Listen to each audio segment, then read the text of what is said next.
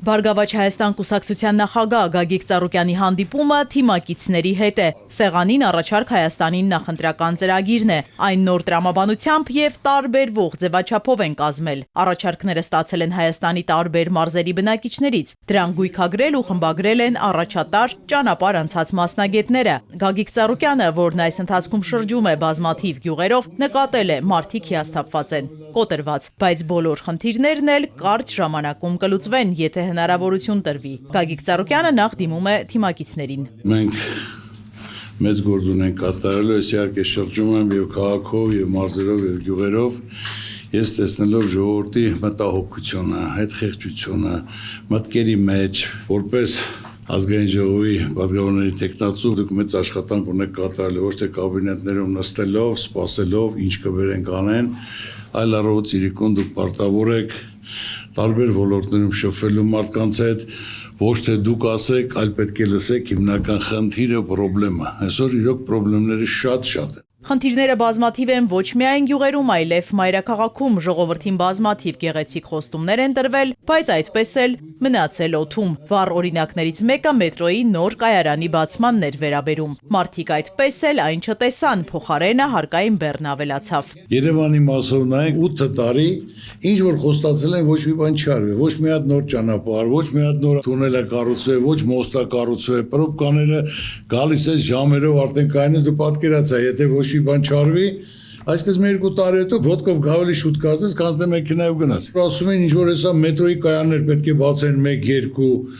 ես ինչ շենքեր պետք է կառուցեն, օդը մաքրեն, ինչ անեն, բայց նայելով խանձրևա գալի ամբողջ ճանապարհները փակ, ոչ մի մետրո, ոչ մի բան։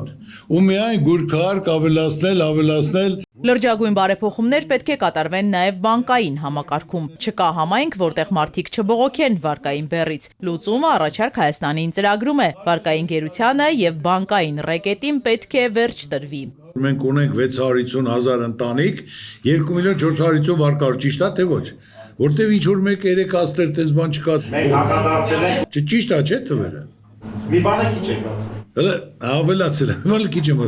Բայց եթե ունենք մենք 650,000 ընտանիք, 2,450,000 վարկառու, այսինքն ամեն տնից 2-3 հոգի վարկի տակ են, չէ՞։ Այո։ Բանկային համակարգ այսօր ես ասել եմ մեկ անգամ ես ասում եմ լոմբարդային համակարգ է։ Նախընտրական ծրագրի առաջին եւ ամենաառանցքային կետը վերաբերում է Հայաստանի անվտանգությանը։ Այն պետք է ապահովի ոչ թե հռչակագրերով, այլ ուժերի, շահերի եւ փոխադարձ պարտավորությունների կայուն հավասարակշռությամբ, երաշխավորված խաղաղություն, հուսալի դաշնակիցներ, անվտանգ պետություն, ուժեղ բանակով, պատերազմ պետք է այլևս երբեք չլինի։ Մեզ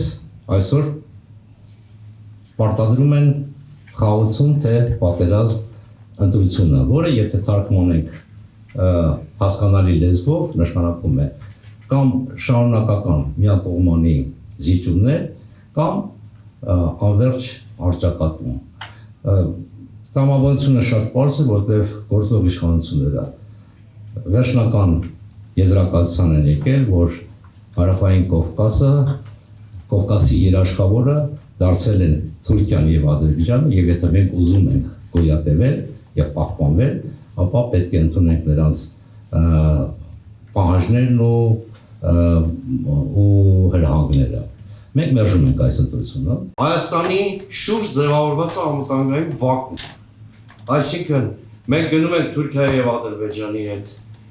լավ Ադրբեջանի հետ ասենք, խաղաղության գործընթացի հրաժարվելով անվտանգային այն համակարգից, որում Հայաստանը գտնվում է։ Առանց այդ անվտանգային համակարգի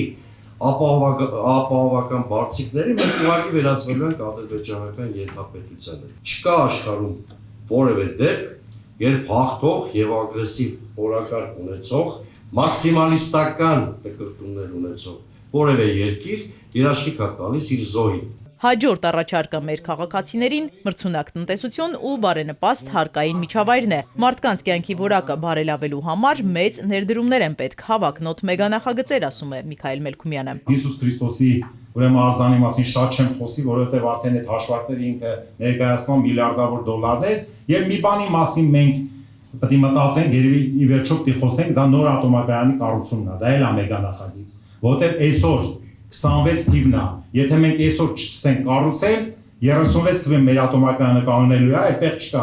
իրան կանգնացնելու են, եւ 10 տարի է տևում կառուցումը։ Առաջարկ Հայաստանին ծրագրում առանձնակի կարևորություն ունի գյուղատնտեսության ոլորտը։ Գյուղը պետք է լինի ոչ թե գոյատևման, այլև բարեկեցիկ ապրելու եւ եկամուտ վաստակելու աղբյուր։ Թիմի անդամները կետ առ կետ ներկայացրել են բոլոր առաջարկները Հայաստանին։ Դրանք վերաբերում են Երևանին, երկրի հյուսիսային դարպաս Գյումրիին։ Նաեւ առաջարկվում է կրթությունը դարձնել անվճար, էապես ավելացնել թոշակը։ Գագիկ Ծառուկյանը թիմակիցների հետ շարունակելու է մարզային այցելություններն ու շփումը մարդկանց հետ։ Իսկ նպատակը մեկն է՝ ունենալ ուժեղ, զարգացող եւ անվտանգ հայրենիք։